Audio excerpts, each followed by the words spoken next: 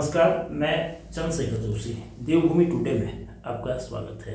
14 नवंबर भारत के पहले प्रधानमंत्री पंडित जवाहरलाल नेहरू का जन्मदिन। लेकिन 14 नवंबर की बात आज प्रधानमंत्री रहे नेहरू की नहीं होगी, बल्कि 14 नवंबर को ही जन्मे इंसुलिन के जन्मदाता फ्रेडरिक बेंटिंक की होगी। यानी कि 14 नवंबर को हर साल विश्व डायबिटिक दिवस मनाया जाता है। दुनिया भर में जो डायबिटीज़ के रोगी हैं, जो मधुमेह के रोगी हैं, उनकी तादाद एक महामारी के रूप में उभर रही है। भारत के जो आंकड़े हैं वो भी भयावह तस्वीर पेश करते हैं। 10 करोड़ से अधिक लोग डायबिटिक हैं और उससे भी ज़्यादा यानी कि 13 करोड़ से ज़्यादा लोगों की संख्या प्री डायबिटिक स्टेज की है। यानी कि ऑस्ट्रेलिया की आबादी से 8 गुना अधिक लोग भारत में या तो डायबिटिक हैं या प्री डायबिटिक हैं। इसका सीधा मतलब है कि ये जो खतरा है ये बेहद भयावह है। इस खतरे से कैसे निपटा जा सकता है, ये इस रोग की रोकथाम के लिए क्या दवाओं की ही ज़रूरत है या जीवन शैली को बदलने की ज़रूरत है, इसका स्ट्रेस से 21वीं सदी की जो भागदौड़ की ज़िंदगी है उससे भी कोई ताल्लुक़ है। इन सब को जानने के लिए चंपावत जिला अस्पताल के वरिष्ठ फिजिशियन डॉक्टर अजय कुमार साहब से बात करते हैं। डॉक्टर साहब, आपका बहुत धन्यवाद। डायबिटिक दिवस जागरूकता के लिए मनाया जाता है कि जो मधुमेह की जो दिक्कतें हैं, मधुमेह से कैसे बचें, मतलब उसको अवॉइड करने के लिए। तो पहले मधुमेह आखिर है क्या, ये कितने प्रकार का होता है, इसे आम लोगों की सरल तरीके से जो समझ सकें, व्यवहारिक भाषा में भी बताएंगे तो बहुत। धन्यवाद। मैं doctor Ajay Kumar, physician, district hospital Champawat. 14 नवंबर को वर्ल्ड डायबिटीज़ डे है। वर्ल्ड डायबिटीज़ डे जो है वो इंटरनेशनल डायबिटीज़ फेडरेशन और WHO ने 1991 से स्टार्ट किया था सेलिब्रेट करना। और फ्रेडरिक बेंटिंक, जैसे सर ने बताया, तो उनके बर्थडे पे ये सेलिब्रेट किया जाता है। फ्रेडरिक बेंटिंक ने इंसुलिन डिस्कवरी में योगदान दिया था, उन्होंने और चार्ल्स बेस्ट ने और जॉन मैक्लॉइड ने, जिनको नोबेल प्राइज़ भी मिला था बाद में। इंसुलिन डिस्कवरी एक ब्रेक थ्रू था डायबिटीज़ में। डायबिटीज़ एक रीसेंट फिनोमिना है। 1985 तक सिर्फ 30 मिलियन केसेस थे, 3 करोड़ पूरे वर्ल्ड में, जो कि 2019 में 46 करोड़ हो गए, 463 मिलियन। और 1940 तक जिसका एस्टिमेटेड 64 मिलियन है, 64 करोड़। तो ये एक तरह से डायबिटिक एपिडेमिक इसको हम डिस्क्राइब कर सकते हैं। इस बार की जो थीम है डायबिटीज़ डे की, वो है breaking barriers and bridging gaps. यानी कि हमको डायबिटीज़ की नॉलेज को और ज़्यादा रिमोट स्तर तक, हर आदमी तक, और जिसके पास फैसिलिटीज़ नहीं है ट्रीटमेंट की, डायग्नोसिस की, उस तक ये पहुंचाया जाए। जो डायबिटीज़ हम बोलते हैं, आम भाषा में उसको शुगर की बीमारी कहा जाता है। तो डायबिटीज़ कई प्रकार का होता है। जो कॉमन हम आम भाषा में टाइप 1 टाइप 2 डिस्क्राइब करते हैं। पहले उसको insulin dependent, non insulin dependent कहा जाता था, वो टाइप 1 टाइप 2 हो गया है। टाइप 1 डायबिटीज़ जो है वो यूजुअली बच्चों में आता है और टाइप 2 यूजुअली अडल्ट्स में आता है, लेकिन ये कोई मैंडेटरी नहीं है। अगर सरल भाषा में समझा जाए तो टाइप 1 डायबिटीज़ आपका जो पेनक्रियाज है उसका काम है इंसुलिन बनाने का। वो बीटा आइलेट सेल से इंसुलिन सिक्रीट करवाता है, और बीटा आइलेट सेल का अगर डिस्ट्रक्शन हो जाए, ऑटोइम्यून डिस्ट्रक्शन हो जाए, तो यूजुअली वो टाइप 1 डायबिटीज़ में रिजल्ट करता है। दूसरा जो टाइप 2 डायबिटीज़ है वो आपका तब होता है जब इंसुलिन रेजिस्टेंस हो जाए, यानी कि आपका इंसुलिन है लेकिन वो इंसुलिन किसी तरह से काम नहीं कर पा रहा है। तो उसका मेजर फैक्टर है ओबेसिटी या जेनेटिक फैक्टर्स। तो वो इंसुलिन बन तो रहा है वो, लेकिन काम नहीं कर रहा है। ग्लूकोज अपटेक आपका डाउन हो गया है, ग्लूकोज प्रोडक्शन आपका ज़्यादा हो गया है। ये है टाइप 2 डायबिटीज़। इसके अलावा भी और डायबिटीज़ होते हैं जिसमें हम जेस्टेशनल डायबिटीज़ कहते हैं, जो प्रेगनेंसी में सेकेंड ट्राइमेस्टर, थर्ड ट्राइमेस्टर में आता है। और इसके अलावा एक रेयर जो डायबिटीज़ है जिसको हम बहुत ज़्यादा डिस्कस नहीं करते, क्योंकि वो उसका ट्रीटमेंट लगभग टाइप 1 टाइप 2 की तरह ही करते हैं, वो है मोनोजेनिक डायबिटीज़, जो सिंगल जीन की वजह से हो। उसको हम मॉडी भी कहते हैं, maturity onset diabetes of young. तो वो सिंगल जीन से, कई बार सिंगल जीन डिफेक्ट से आ सकता है। तो वो यूजुअली टाइप 1 की तरह आ सकता है एडल्ट एज में। टाइप 1 टाइप का डायबिटीज़ एडल्ट एज में आए तो एक और टर्म होता है जिसको हम लाडा कहते हैं, latent onset autoimmune diabetes of young of adults. तो मॉडी और लाडा ये थोड़ा रेयर है। इसके अलावा फिर डायबिटीज़ बहुत कई ड्रग से हो सकता है, जिसमें स्टीरॉयड कॉमन है। इन्फेक्शन से हो सकता है, जिसमें कॉक्सैकी, रूबेला, कंजेनिटल रिबोला कॉमन है। तो जो मेजर हम लोग ट्रीट करते हैं क्लिनिकली अपने हॉस्पिटल में टाइप 1, टाइप 2 और जेस्टेशनल डायबिटीज़। आधुनिक लाइफ स्टाइल है, स्ट्रेस है, एंजाइटी है, काम की भागदौड़ है, इसका भी क्या कोई इस मधुमेह की बीमारी पर, उस वजह से भी मधुमेह की बीमारी बढ़ रही है? देखिए, मधुमेह, शुगर, डायबिटीज़ ये है ही रिसेंट फिनोमिना। जैसे मैंने आपको बताया, ये पहले आप आज से 100 साल पहले या फिर अपने दादा दादी में पता करेंगे तो उनके टाइम पे ये नहीं हुआ करता। ये हुआ ही रिसेंट फिनोमिना जब से हमने कैलोरी सरप्लस हो गए हैं हम लोग। कैलोरी सरप्लस मतलब कि हमारे पास कैलोरी इंटेक बहुत ज़्यादा है और उसको खर्च नहीं करते हैं हम लोग। तो सेडेंटरी लाइफस्टाइल, क्या बैठे रहते हैं, डेस्क जॉब है, एक्सरसाइज नहीं करते।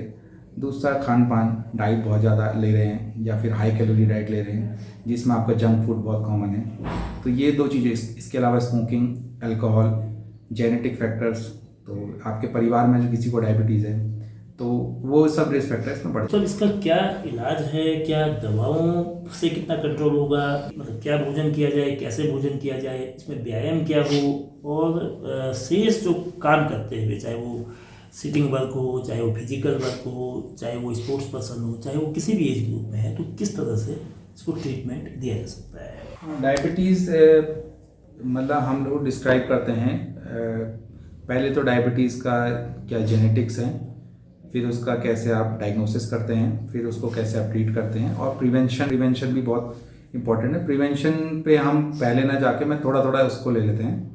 तो डायबिटीज़ आप आखिर कब बोलते हैं पेशेंट को कि उसको शुगर हो गया? तो टाइप 1, टाइप 2 डायबिटीज, शुगर आपका रैंडम शुगर, आपने कभी भी शुगर नापा, आपका 200 से ऊपर है, खाली पेट आपका शुगर 126 से ज़्यादा है, खाना खाने के बाद आपका 2 घंटे बाद अगर आप नाप रहे हैं, या ओरल ग्लूकोज टॉलरेंस टेस्ट ले रहे हैं, ग्लूकोज पीने के बाद एक सर्टेन अमाउंट, उसके बाद 2 घंटे बाद आप शुगर करा रहे हैं, वो 200 से ज़्यादा है, या HbA1c पिछले 3 महीने का शुगर आपका 6.5 से ज़्यादा, तो हम उसको डायबिटीज़ लेबल करते हैं। जेस्टेशनल डायबिटीज़ की डेफिनेशन थोड़ा अलग है। और ट्रीटमेंट हमारे पास इंसुलिन भी है, long acting, short acting, intermediate acting, और ड्रग्स भी हैं। ड्रग्स यूजुअली हम टाइप 2 डायबिटीज़ में प्रेफर करते हैं, और इंसुलिन हम टाइप 1 डायबिटीज़ में। Insulin type 1 diabetes mainly insulin deficiency है, तो उसका मेन ट्रीटमेंट इंसुलिन रिप्लेसमेंट है। Type 2 diabetes mainly insulin resistance है, तो उसका ट्रीटमेंट ड्रग्स है जो इंसुलिन रेजिस्टेंस को कम करती हैं और इंसुलिन का सिक्रीशन बढ़ाती हैं। लॉन्ग टर्म में टाइप 2 डायबिटीज़ भी इंसुलिन डेफिशिएंसी सफ़र करते हैं, तो उनको भी इंसुलिन इनको रिक्वायरमेंट रहती है। जेस्टेशनल डायबिटीज़ में इंसुलिन प्रेफर किया जाता है, क्योंकि जो ड्रग्स हैं वो उसका साइड इफेक्ट प्रोफाइल अभी नोन नहीं है, तो और नोन भी है तो अनसेफ है रिलेटिवली, तो उसको हम अवॉइड करते हैं। प्रिवेंशन, देखिए, जेनेटिक्स को आप नहीं चेंज कर सकते। HLA एक जेनेटिक्स होता है, HLA-DR3 और 4, वो टाइप 2 डायबिटीज़ में ज़्यादा इफेक्ट करता है। मोनोजेनिक ट्विन्स, अगर 2 जुड़वा हैं तो उनका अगर एक को डायबिटीज़ है, दूसरे को 70 to 80% रिस्क रहता है। और अगर आपके फादर को या मदर को, एक पेरेंट को डायबिटीज़ है, आप रफली 20% आपको रिस्क है, अगर दोनों पेरेंट को तो 40% आपको रिस्क है डायबिटीज़ का। तो अगर आप जेनेटिकली प्रोन हैं, आपके परिवार में सिबलिंग्स में मदर फादर को डायबिटीज़ है, तो आप स्क्रीनिंग के लिए एलिजिबल हैं। तो आपको स्क्रीनिंग कब करवाना है? स्क्रीनिंग यूजुअली अगर आपको कोई बीमारी नहीं है तो आप 45 ईयर्स के बाद हर 3 साल में शुगर के लिए अपना स्क्रीनिंग करवाना चाहिए। तो हम लोग अपने OPD में सबको प्रेस्क्राइब करते हैं। अगर आपके पास रिस्क फैक्टर हैं तो आप ईयरली फॉलोअप कराएंगे, ईयरली अपना शुगर करवाएंगे। रिस्क फैक्टर में आपका यही है, मैंने बताए थे कि अगर आपका सीडेंटरी लाइफस्टाइल है, अगर आपको जेनेटिक प्रोन है, अगर आपको कोई भी कार्डियोवैस्कुलर इलनेस है या हाइपरटेंसिव डिजीज़ है, या फिर आपका पहले कोई डायबिटिक कॉम्प्लिकेशन हो चुका है, कोई भी कॉम्प्लिकेशन जो डायबिटीज़ से हो सकता है वो आपको हो चुका है, भले ही आप डायबिटीज़ ना डायग्नोज हो, तो आपको शुगर का अपना स्क्रीनिंग करवाना है। तो ये प्रिवेंशन और स्क्रीनिंग बहुत इंपॉर्टेंट है। पहली बात, आपको पता ही नहीं होता कि आपको डायबिटीज़ है। इंडिया में लगभग 30 to 50% लोगों को डायबिटीज़ डायग्नोज ही लेट होता है, क्योंकि हम लोग स्क्रीनिंग नहीं करवाते हैं। तो पहला तो प्रिवेंशन यही है कि पहले आप स्क्रीनिंग कराएं और अपना डायबिटीज़ चेकअप करवाएं। लाइफस्टाइल मॉडिफिकेशन हम लोग एडवाइस करते हैं अर्ली डायबिटीज़ में। टाइप 2 डायबिटीज़ में अगर आपका डायबिटीज़ है और आपका डायग्नोज नहीं है तो आप पहले तो स्क्रीनिंग करिए अगर आप रिस्क फैक्टर में हैं। आपके रिस्क फैक्टर हैं या फिर आप 45 से अबव हैं। अपना लाइफस्टाइल मॉडिफिकेशन जो आप इन शुगर ना हो उसके लिए कर सकते हैं, वो है अपना कैलोरी इंटेक घटाइए, हाई कैलोरी इंटेक कम करिए, जंक फूड से बचिए, अपना एक्सरसाइज करिए। डायबिटिक पेशेंट्स को हम लोग वीकली 150 मिनट्स या 30 मिनट्स पर डे, इसमें आप बीच में 1-2 दिन गैप कर सकते हैं, 2 दिन से ज़्यादा गैप नहीं करना होता है। तो आपको इतना एरोबिक एक्सरसाइज करना है तो आपको कैलोरी खर्च करने आना चाहिए। अगर आप सीडेंट्री लाइफस्टाइल हैं तो आपका रिस्क फैक्टर ज़्यादा है। डाइट्स पे आते हैं, कोई भी हाई कैलोरी डाइट जो बाहर से बना बनाया खाना है जिसमें नमक, तेल, चीनी, मैदे की मात्रा ज़्यादा है तो वो आपको कैलोरी ज़्यादा प्रोवाइड कर रहा है। जैसे कि ब्रेड लेते हैं, इनका ग्लाइसेमिक इंडेक्स एक टर्म होता है जिसमें कि आपको एक similar quantity of food material कितना शुगर आपका बढ़ाता है। तो ब्रेड का ग्लाइसेमिक इंडेक्स बहुत हाई है। जो आप चॉकलेट लेते हैं, और मीठा जो है उसका तो हाई है ही, जो तला हुआ चीज़ें हैं, समोसे, कचौड़ी या फिर नमकीन खा रहे हैं उनका भी हाई है। तो ग्लाइसेमिक इंडेक्स जिनका लो है वो आप डाइट ले सकते हैं। आपको सैलेड लेना चाहिए, रॉ वेजिटेबल्स, फ्रूट्स और नट्स, ये सब ले सकते हैं खाने में। बाकी भोजन हल्का रखें, रात में ज़्यादा ना खाएं, अपना वेट कंट्रोल करें। ओबेसिटी एक बहुत रिस्क फैक्टर है, मोटापा, तो वजन हमेशा कंट्रोल रखें। बीएमआई अपना कंट्रोल रखें, 25 से नीचे रखें। डायबिटीज़ के कॉम्प्लिकेशंस क्या हो सकते हैं? एक तो ये, क्या डायबिटीज़ का इलाज मुमकिन है? मतलब डायबिटीज़ की दवाएं रेगुलर लेनी होगी ऐसी भ्रांति है, या ये किसी भी पेशेंट को टाइप 2 डायबिटीज़ वाले को भी नियमित रूप से लेनी होगी? एक्चुअली डायबिटीज़ क्यों ख़तरनाक माना जाता है? क्योंकि डायबिटीज़ अपनी कॉम्प्लिकेशन के लिए ही जाना जाता है। अगर आपका शुगर आज 400-500 है, आपको पता नहीं है तो आप चल रहे हैं, लेकिन वही कुछ सालों बाद आपकी खून की नसें खराब कर देगा।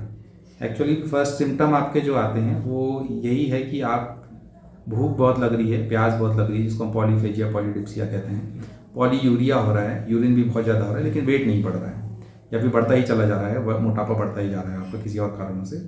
तो डायबिटीज़ आप डायग्नोज हो चुके हैं, आपको अब देखना है कि मुझे किस तरह से उसको ट्रीट करना है। तो पहली बात तो आप अपने नज़दीकी हेल्थ सेंटर में आइए, उससे अपना स्क्रीनिंग करवाइए। अपना डायग्नोसिस हो गया है तो अपने डॉक्टर से सलाह लीजिए। घबराएं नहीं, क्योंकि डायबिटीज़ एक लॉन्ग डिजीज़ है, ये कंट्रोल हो जाता है, इसको जड़ से मिटाना मुश्किल है। टाइप 1 डायबिटीज़ जो यंग बच्चों में आता है, यूजुअली वो कॉम्प्लिकेशन लेके ही आते हैं, जिसको हम डायबिटिक कीटोएसिडोसिस कहते हैं। उनका शुगर बहुत ज़्यादा आता है, वो पेशेंट यूजुअली रेस्पिरेटरी डिस्ट्रेस में आते हैं, सांस फूलती है, ब्लड में एसिड जम जाता है। तो टाइप 1 डायबिटीज़ डायग्नोज ही कॉम्प्लिकेशन की वजह से होते हैं, DK जिसको हम कहते हैं। तो उसको मैनेज किया जाता है और इंसुलिन प्रिस्क्राइब करते हैं ऐसे पेशेंट्स को, उनको लाइफ लॉन्ग इंसुलिन के लिए एडवाइस किया जाता है। तो उन्हें इंसुलिन अपना रिप्लेसमेंट थेरेपी देना होता है और अपना शुगर सेल्फ मॉनिटरिंग और ब्लड ग्लूकोज करना होता है, उसकी चार्टिंग करनी होती है।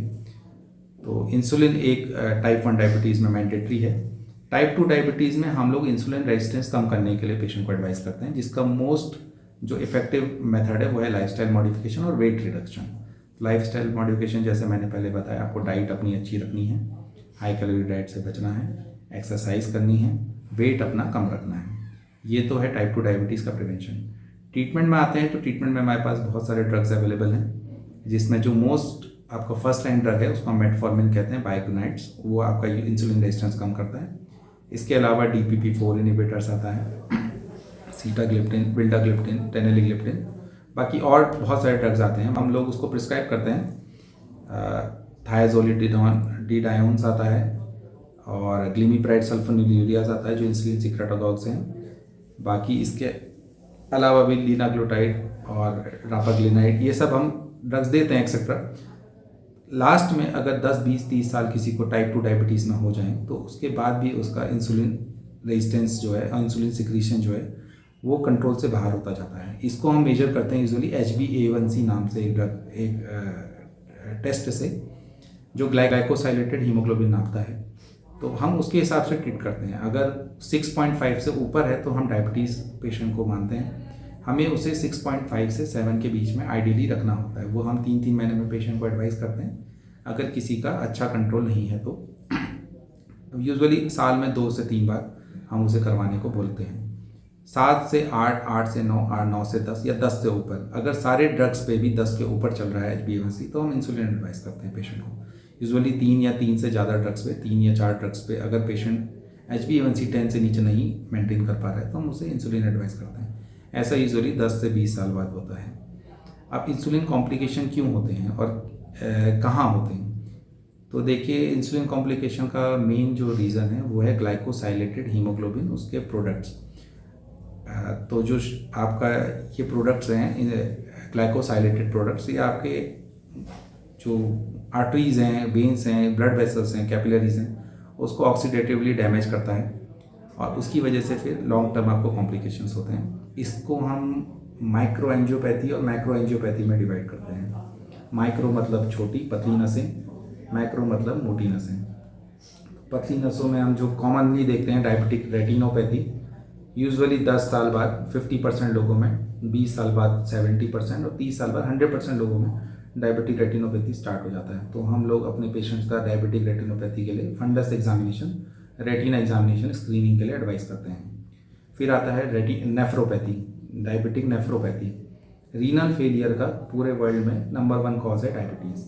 तो हम लोग भी डायलिसिस यूनिट में देखते हैं कि ज़्यादातर पेशेंट डायबिटीज़ के निकलते हैं। तो हम सालाना पेशेंट को यूरिन माइक्रोएल्बुमिन के लिए एडवाइस करते हैं ताकि उनका यूरिन में, किडनी में जो प्रोटीन छन रहा है वो हम नापना शुरू करें। और प्रोटीन अगर किसी का ज़्यादा छन रहा है, इसका मतलब उसको नेफ्रोपैथी स्टार्ट हो गया, उसको कंट्रोल करने के लिए हम दवाइयाँ दें। फिर आता है डायबिटिक न्यूरोपैथी, पैरों में जलन, झंझनाहट, सुन्नपन, ये बहुत कॉमन है। तो पेशेंट के कई बार पैर सुन्न हो जाते हैं, शुगर बहुत ज़्यादा बढ़ा रहता है, कहीं कांटा लग जाए, कील लग जाए तो दर्द भी नहीं होता। तो उसके बाद फिर पेशेंट हमारे पास आता है डायबिटिक फुट लेके, पैर पक जाता है, बहुत ज़्यादा स्वैलन हो जाता है, रेयर केसेस में गैंग्रीनस हो जाता है। तो पेशेंट को हम एडवाइस करते हैं कि आप अपना पैर नियमित चेक करते रहें कि कहीं कटा घाव तो नहीं है और शुगर अपना कंट्रोल रखें। ये माइक्रो एंजियोपैथीज है। माइक्रो एंजियोपैथीज में फिर दिल का दौरा, दिमाग का दौरा पड़ने का खतरा रहता है। डायबिटिक अगर दिल का दौरा पड़ता है तो कई बार पेनलेस होता है, पेशेंट को दर्द भी नहीं होता और दिल का हार्ट अटैक आ जाता है।